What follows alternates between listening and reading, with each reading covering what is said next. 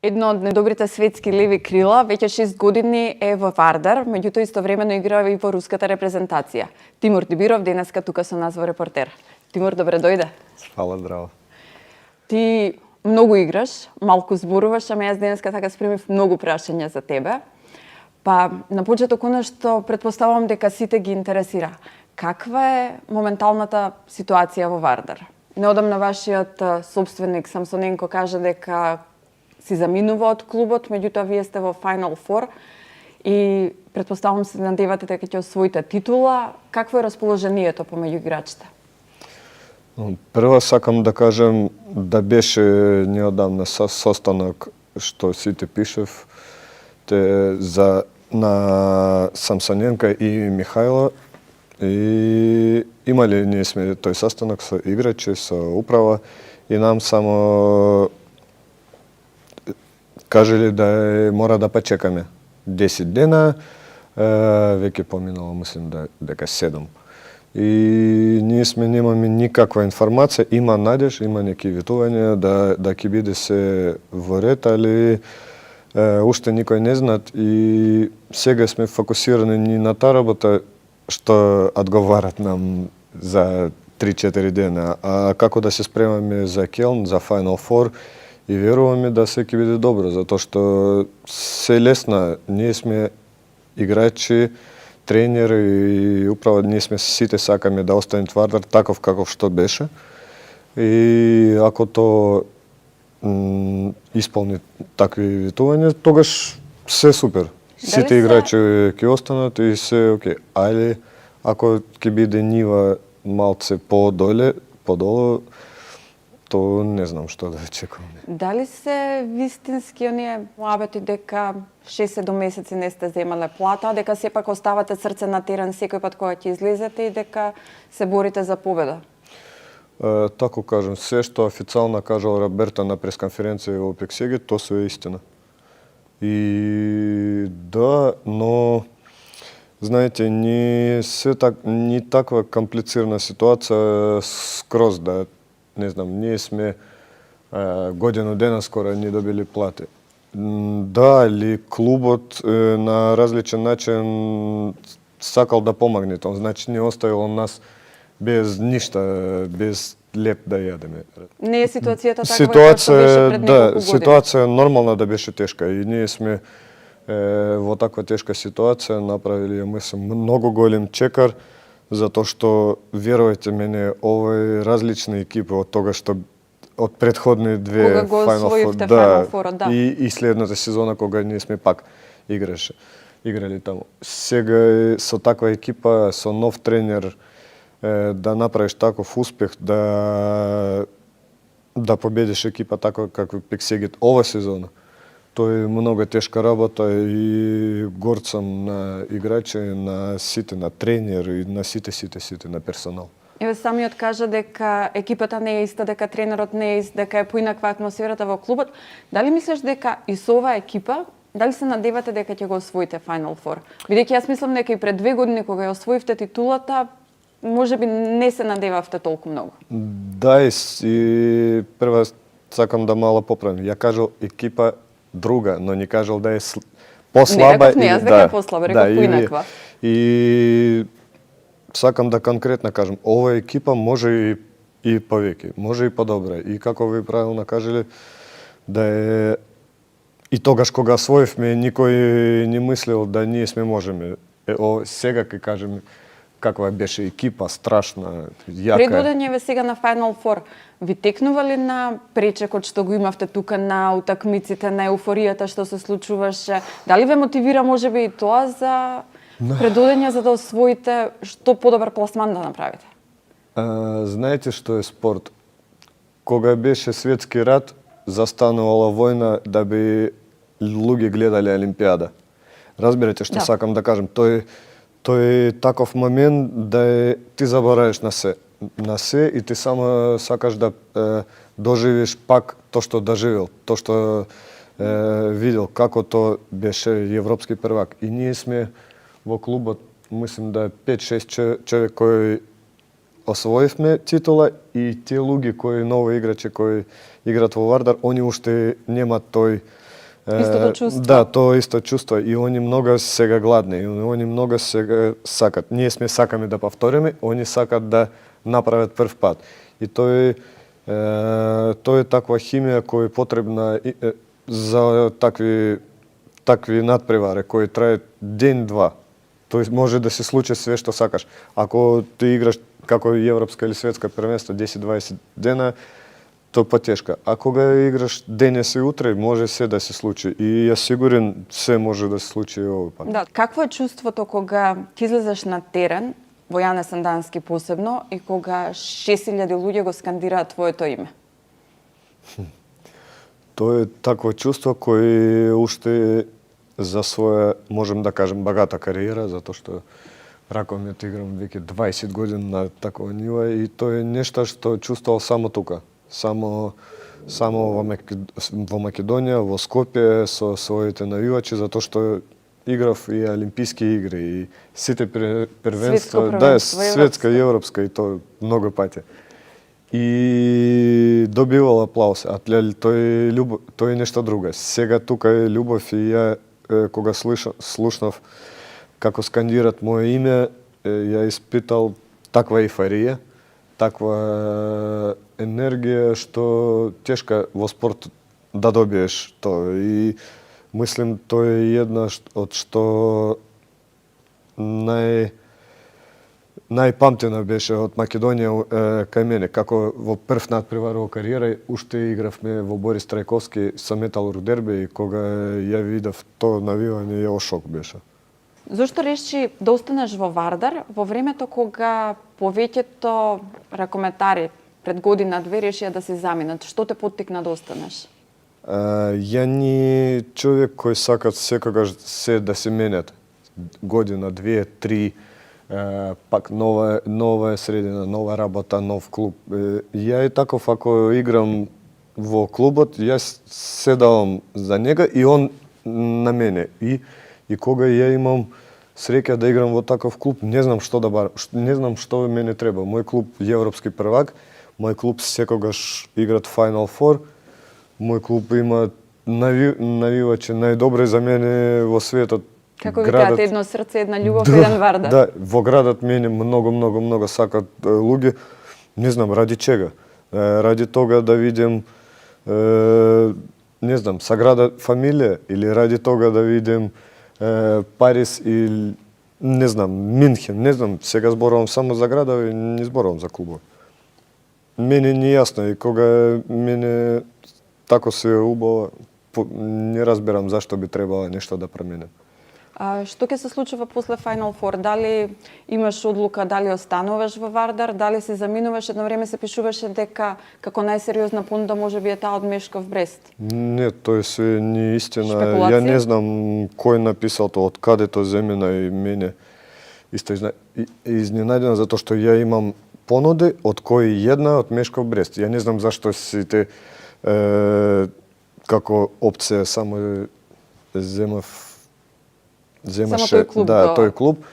Сега ситуација е така, не само јас, а сите.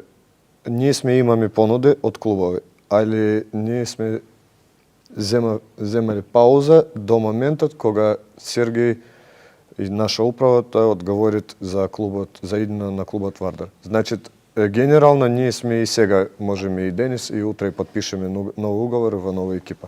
Али ние сме стопирали све само што ради Вардар. И ако Вардар кажат ќе останеме како што беше, ние сме фрлеме сите папири, сите харти во ѓубре. Ако Вардар каже клуб ќе останете масли, може би останете, али не на нива тако како што беше. Мислим дека тој сигнал за нас за сите да е мора да одиме. Ако те вратам 6 години наназад во моментот кога дојде во Македонија, ти дојде по договор со самиот Самсоненко. Тешко ли ти беше тогаш да решиш од Русија да заминеш, да дојдеш во мала земја и да играш за клуб кој што претпоставам дека бил релативно непознат за тебе? Тогаш многу тешка. И ја во тој момент имал многу понуди од различни клубови и јас со, како правилно да кажем, со малце препазливост да доаѓам во Македонија да видам како то, затоа што полесно на тој момент ја мислеше тако, полесно е да одам во Бундеслига или Француска лига, се мене јасно како се функционираат. Но пред тога да дојдем со сите ствари со куфере, да си ги спакуваш ја за 2-3 куферите. месеца до тога дојдов Предходно, пред да, го предходно подпишеш договорот? на 2 дена во Македонија да гледам, тогаш женска екипа веќе беше и пријателка Инна Суслина играше тука. И она повикала мене и ја видам како е што и мене се тако изненадила позитивно. И ја мислел еве како добро, но после состанка со Сергеј јас се знал да каква екипа ќе биде, каков план на клубот, како иднина, што сакат, што мислат, погледал то празно место каде треба да биде Јане Сандански, тогаш беше поле. Каков ти беше првиот впечаток на Скопје? Каков беше првиот впечаток, да речеме, од македонскиот народ? Во однос на сега, претпоставам дека Многу работите убаво е. се сменати во однос на овие 6 години. Многу убаво, затоа што менталитет многу сличен. И мене беше, и тогаш дојдов во јули месец, многу топло во Скопје. Сакал да моја фамилија па чекат уште месец и пол да ја се спремам. Стан, такви работи за живот. И тогаш мене беше тако убедливо добро. Ја не знам како објасним, ја за 2 недели веќе знал сите локации каде мене треба, таму продавница, таму јадење, таму спортска сала и мене беше многу убаво и веќе од септември функционирал како да живеем 2 месеца. Во случај да не останеш по крајот на сезоната во Скопје, што ќе ти фали најмногу од Македонија? Честно, не сакам да и размислувам за то. Претпоставам, да. Затоа што сите кажат емотивна беше то проштање во Јане Сандански кога игравме со Пиксегет. Верујте мене, ја уште немал слеза, како се викат, кога плаче. Солзи? Да. Ја веќе немал солзи, але гледал на играчи кои имале многу, затоа што ја мислел и се надевал да уште не е готова. Разбирате? Ја добил информација да е све крај, како и ние сме сите на тој состанок, али ја верувал во тоа да нема да биде. И сега верувам. И затоа ја не можем да покажем своји емоции кои имам, тоа што има уште постои вера. Дека ќе остане. Да ќе остане. После, ако треба, тоа за мене ќе биде хаос, затоа што многу сега повезана у мене со Македонија, поврзана. Тука се родена керката, деца во градинка школа.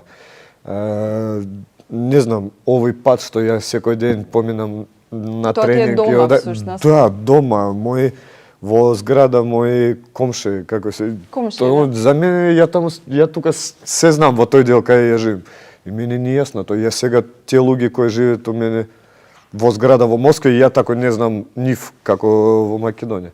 И тоа ќе биде тешко многу. Дали низ годините стекна пријатели со кои што се гледаш редовно, се слушаш, одите на кафења, да не се ракометарите, нели? Дали изгради вистински пријателства? Да, нормално и има од различни сфери. И луѓе кои работат, не знам, во такви, имат слово сфера, да? Во ресторани, има луѓе кои работат во продавници и има луѓе кои, ја не знам, во школа и многу од различни интереси. Иако си семеен човек, кои ти се омилени места за излегување? Излегуваш ли навечер? Да, ако ја семен, тоа не значи да ја седем дома и чуваш деца, винуваш пелени. Деца, нормално то. Омилени места, неколку има. Мислам Барбакан, мислам там кај столе Рустикана. Форца има поблиска од школа, од мои деца. Има, многу сакам кино во Сити Мол, многу сакам да одам во заолошка таму со деца. Има. За тебе, каде најубаво се јаде во Скопје? Најубава? Ја мислим, не можем убедливо за едно место кажам. А готвиш нешто? Не знам да сакал, ако не знам да готвим. Максимум што можем да направим тоа е омлет и не верувам да биде добар како треба. Ирина готви дома? Да, нормално. И многу сакат да прават, затоа што и кога сега такво време, кога можеш да нешто наречеш или да одеш негде да јадеш, она во тоа прави, сакат да видат нека искуство, не знам. Кога спомна веќе Ирина, како се запознавте вие двајца? Многу чудно, затоа што ние сме играше или заедно во еден град руски, се викат Талијате. И тогаш Ирина беше веќе прв пат свој светска шампионка, а на крај беше 3 пати. Ја тогаш не кажав да започнев само што моја кариера, али веќе уште не играл на тој ниво на кој играм сега. И запознавме тако интересно на една меропријатие во еден ресторан или нешто тако во града, и после ја викнал неја на кафе и тако, и мене беше чудно затоа што мислим сега кај ја содам, каква кафе, она светска шампионка, вамо тамо освоила све веќе во 22 години, и ја ту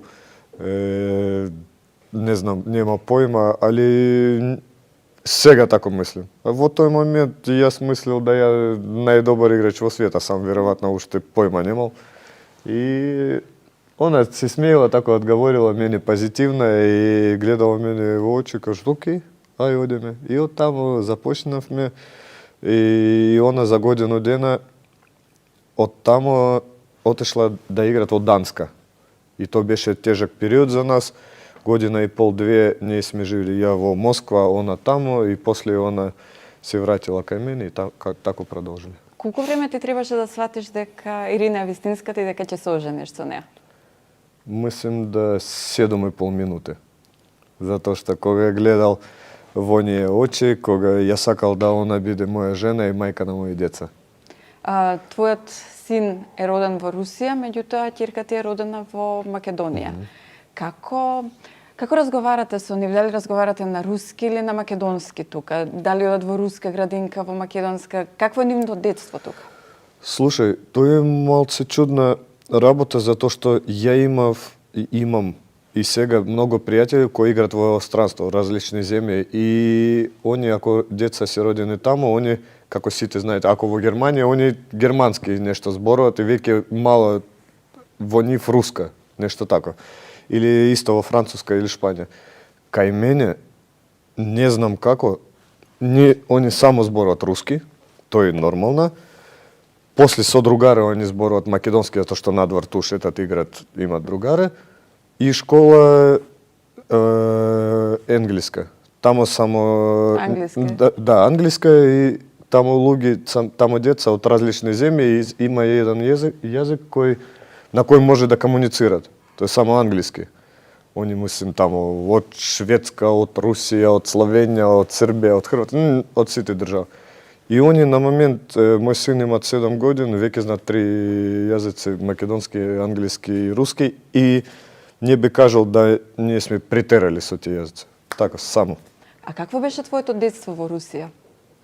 Моје детство, да, веројатно, не знам како во Македонија, а во Русија наш спортот за бедни. Разбираш што е за сиромашни? За сиромашни. Добре. Затоа што кога играш во хокеј треба тебе амуница, опрема, да, кога играш не знам, кошарка треба кошове се. Кога играш ракомет, ти можеш да играш со се што сакаш. И ние сме, и ја од таква фамилија, у мене мајка беше учителка, и ја секогаш живеел во комунална, како се викат, кај 4-5 фамилии живеат заедно. Во една куќа, во една зграда? Да. Од таква, затоа што ние сме немали можност да имаме, али тој не приказна да сакам да кажам, ево, од која фамилија и кај е дошол. Затоа што мислим дека во наш спорт 85% такви деца или такви луѓе е тако е.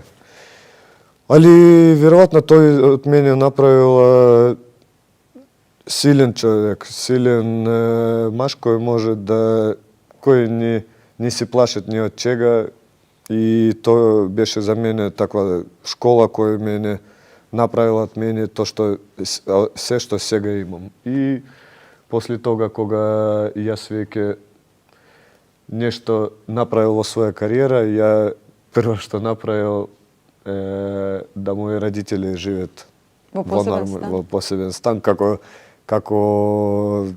треба, и тоа мислам моја од почетка беше најголема победа.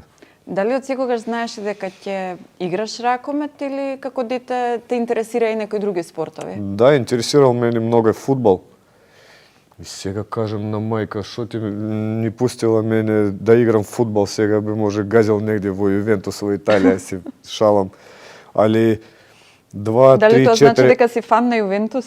Да, многу сакам Јуве оддамна. И значи, кога ја пропуштив неделю, две веќе не тренирав ракомет, мои тренери детски дошле кај мене дома и на моја мајка кажале да зашто он не доаѓаат на тренинг, имат човек неки талент. Каков талент, појма немам, што можеш да приметиш кога такви години имаш, и немојте да се премислите да оди во фудбал, не во ракомет. И она мене каже, зашто ти то правиш, ајде каже добро тебе. И ја слушнав неја, каже добро. И она мене уште еден месец каже, беше на ракомет. Да беше. И се тако мало по мало, и веќе со те тренери комуницирам и до сега, колку поминало, 25 години.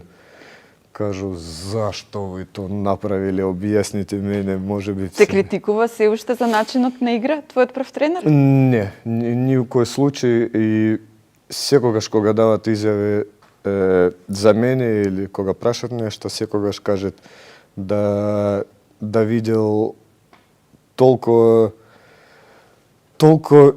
со самопоуздање човек толку мал и толку голем во еден момент. И што нега изненадила моја желба кон спортот, и тоа беше најглавна моја веројатна предност која мене Ја спомна мајка ти неколку пати како некој што те поддржувал кога си бил мал.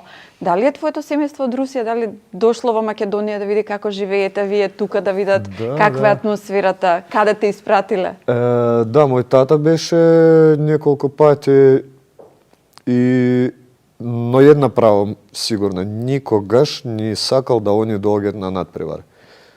Сакате да живите со мене, нема проблем. Само не дозволам да доаѓаат, и верујте мене, мој тата и моја мајка, верујте мене, никогаш не беше во сала на надпревар. Зашто не сакаш да дојдат? Затоа што од почетка тако, ја кога уште бил млад, за мене мислел да кога имал 20 години, мислел, можеби тоа не е тако, али мислел да тој за мене поголем притисак.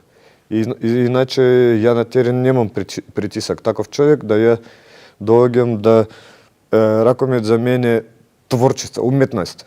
И ја доаѓам да уживам во надпревар. Добар, лош, биват се, али и кога они во сала, они мене прават тој притисак кој мене не треба во игра, да мене не треба таква голема концентрација како што треба за можеби за други. Мене треба да ја бидем многу опуштен. Релаксиран.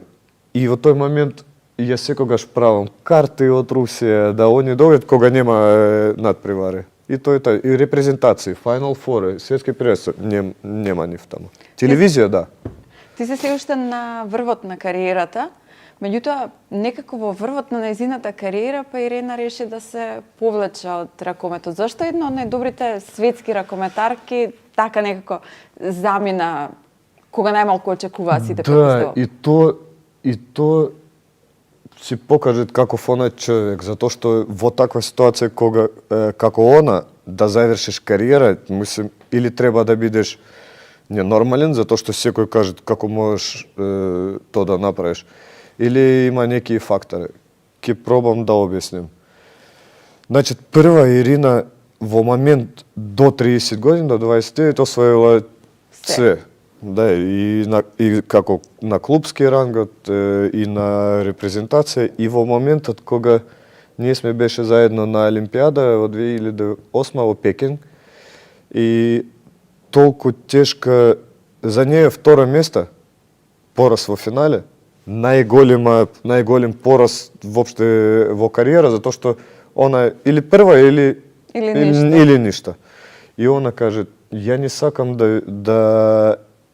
не сакам да уште преживеам тоа што преживела, и ја многу губим здравје, јас сега сакам фамилија и деца.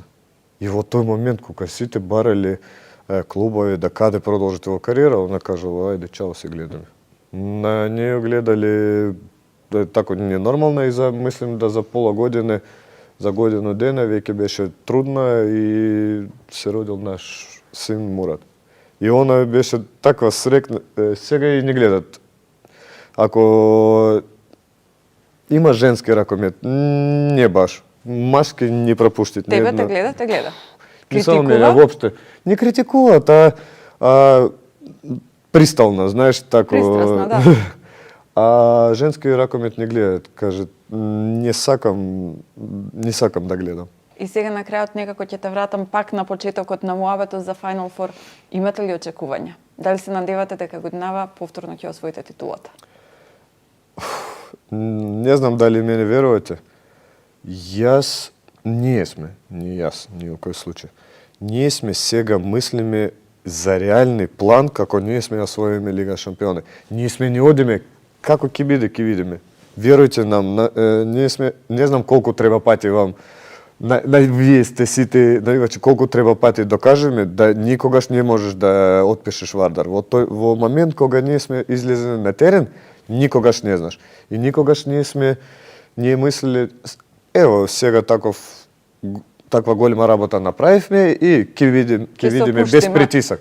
Има притисак, ќе спремаме, ќе се одиме да умреме таму на терен и ќе видиме. Имаме големи шанси, да, имаме план каде имаме предност и каде имаме нешто по-лошо од ние. Да, се имаме и имаме шанса да донесем титула, зашто не? Ние сме во ситуација сега во кој ранен звер, он најопасен, знаете. А сега поранен од нас нема може да биде во оваа година. Само немој што рече да умрете на терен, меѓутоа дајте се од себе. Фала. Тимур, фала ти што одвои време, посебно вака во период кога се последни подготовки пред одење во Келн, и јас ви посакувам навистина многу среќа. Фала многу.